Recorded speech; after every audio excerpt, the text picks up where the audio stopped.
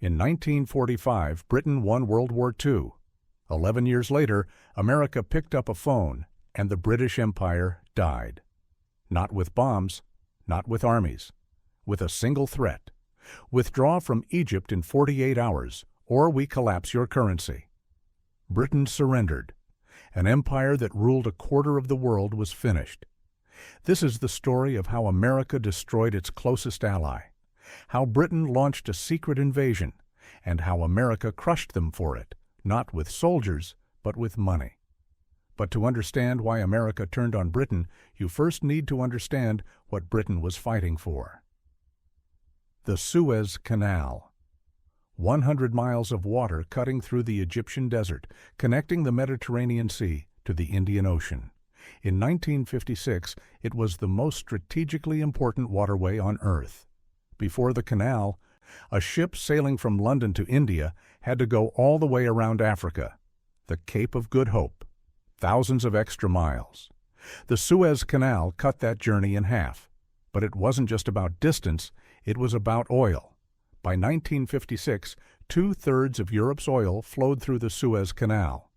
Every single day, tankers loaded with Middle Eastern crude passed through those waters on their way to fuel British factories, British cars, British homes.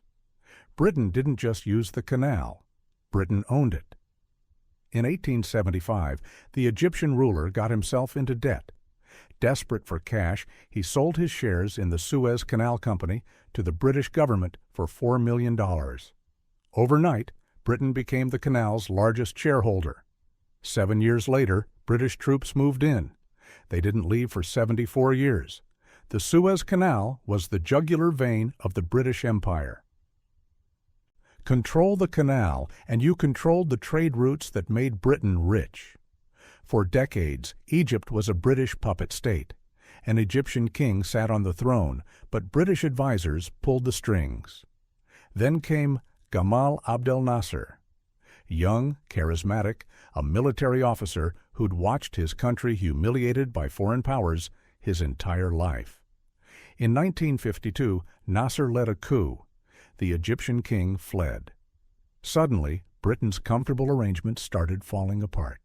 Nasser became a hero across the Arab world, the man who stood up to the old colonial powers.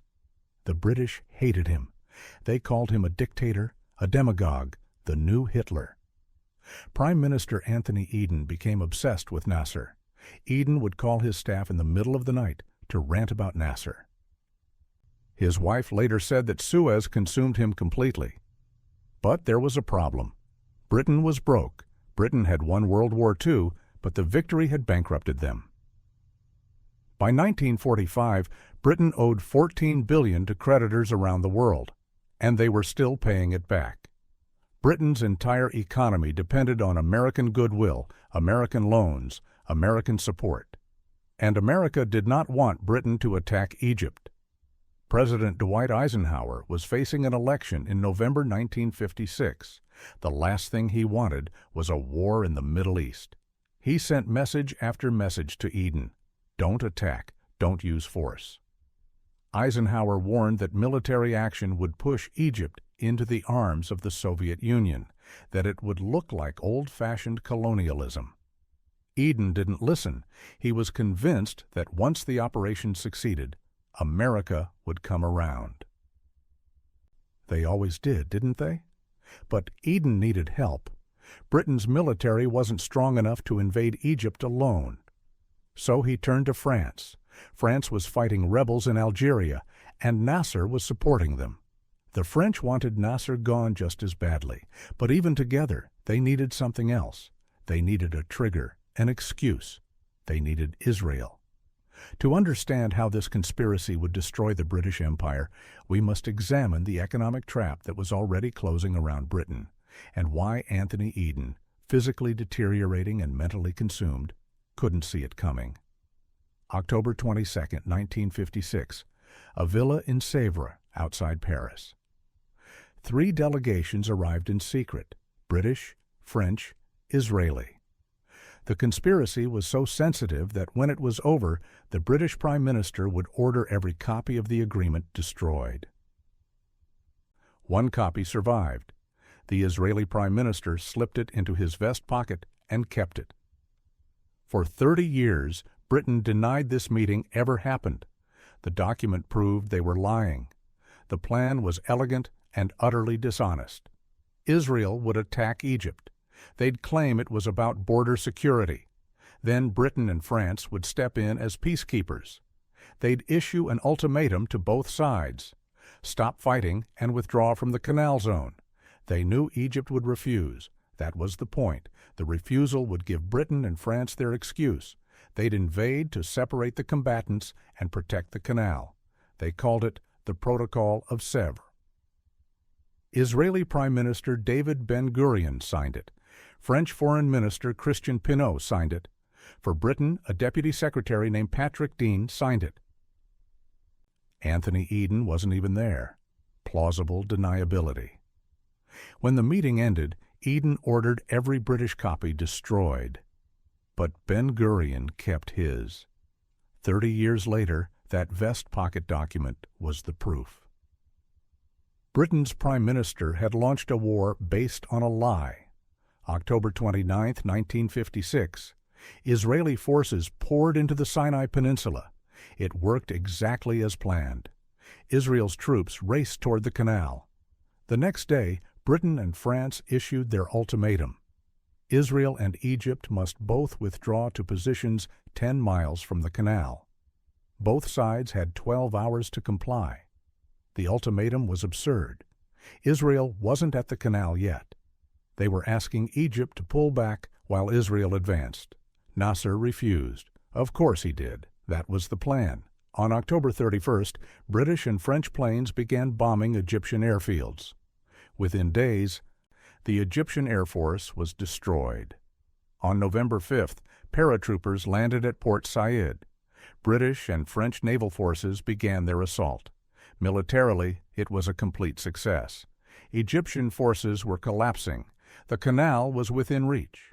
Nasser's government seemed ready to fall. And then America made its move. But there was a problem. Eden had miscalculated something fundamental. He'd focused on military victory while ignoring the economic weapon America was preparing to deploy. Britain's Chancellor of the Exchequer was Harold Macmillan, the man in charge of Britain's money. He'd told Eden that America would stay quiet. Let Britain act. Come around eventually. He was catastrophically wrong. From the moment the invasion began, investors started dumping British pounds, selling sterling, fleeing to safer currencies. The financial markets had delivered their verdict. They saw a country that had defied America, and they ran for the exits. In the first week of November alone, Britain lost $400 million in foreign reserves, the highest single monthly loss since World War II. Their reserves had been $2.2 billion. They were hemorrhaging money at a rate that would drain them dry within weeks. Britain desperately needed a loan from the International Monetary Fund.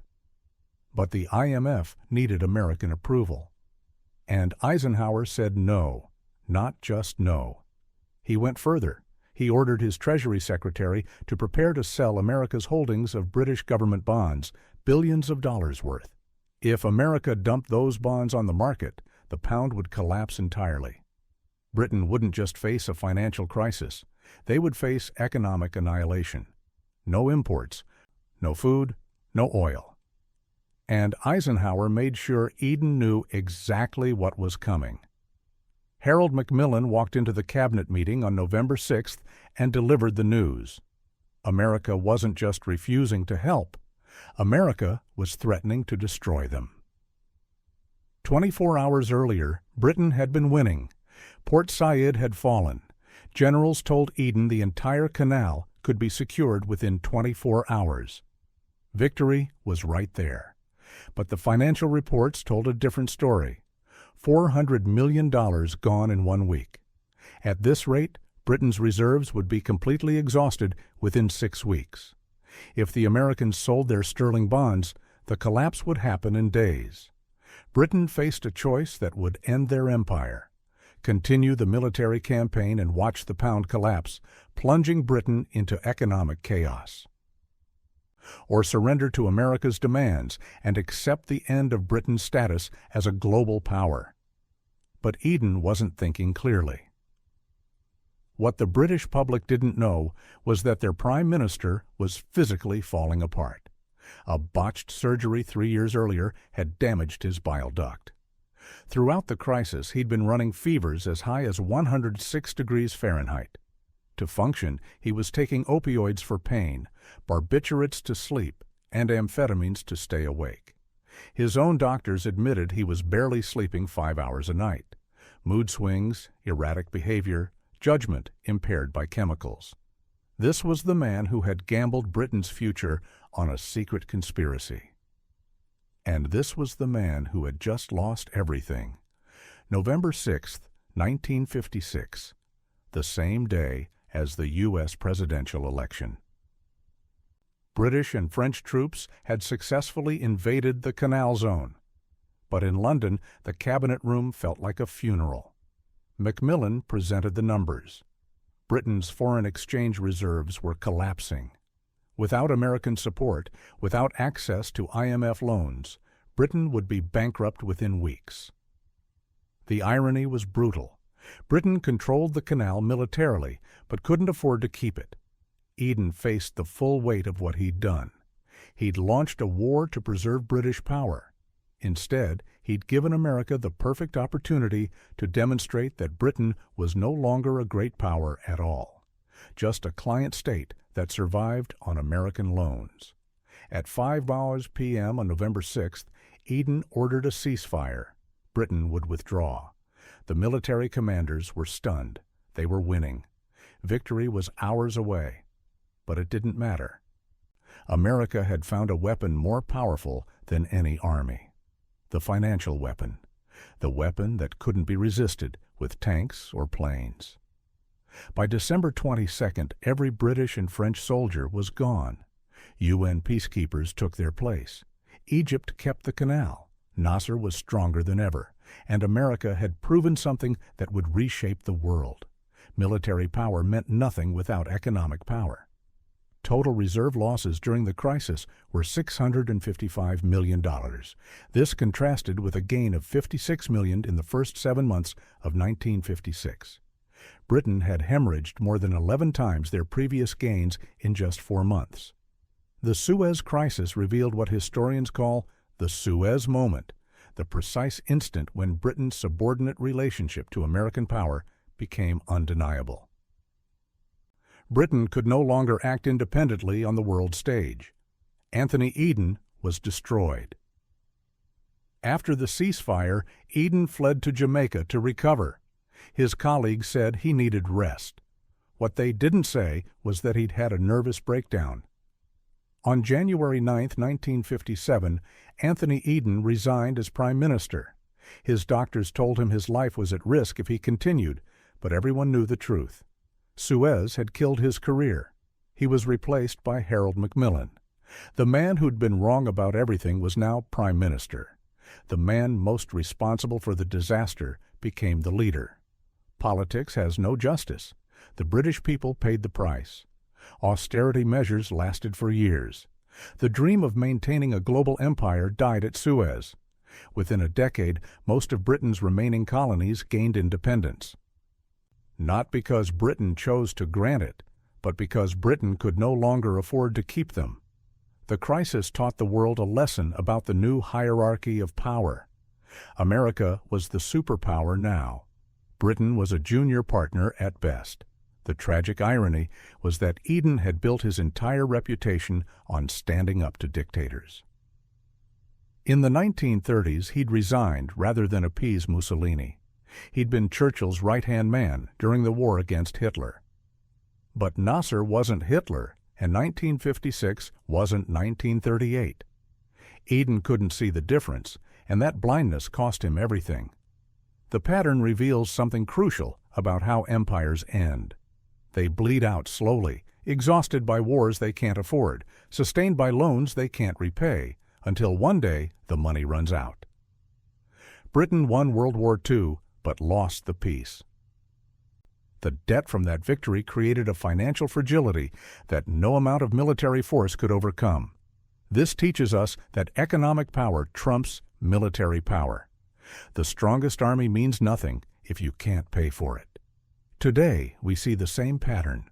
Consider how the United States holds over $1 trillion in Treasury bonds from nations worldwide, just as Britain once relied on American financial support. When China or other nations hold American debt, they possess the same economic weapon America wielded against Britain in 1956. The difference is that today's financial weapons are measured in trillions, not millions. Nations still accumulate debt to fund military adventures. They still assume their allies will support them indefinitely. But as Britain learned in November 1956, when the money runs out, everything else stops mattering. The Suez Crisis wasn't just about a canal. It was about the moment when economic weapons proved more decisive than military ones. When America demonstrated it could destroy an ally without firing a single shot. History remembers Suez as Britain's last gasp as a global empire. What it should remember is how America weaponized Britain's debt and forced a sovereign nation to surrender in 48 hours, not through invasion, but through currency markets. That's power in the modern age. Not who has the biggest military, but who controls the money. Britain went from ruling a quarter of the world to being financially dependent on American goodwill in 11 years. The empire died not in battle, but in a cabinet room, staring at reserve reports that showed the money had run out. And nobody saw it coming. This is The Hidden History. Subscribe now to uncover the financial forces that determine which nations rise and which fall. Because when the next empire collapses, you'll want to be among the few who saw it coming.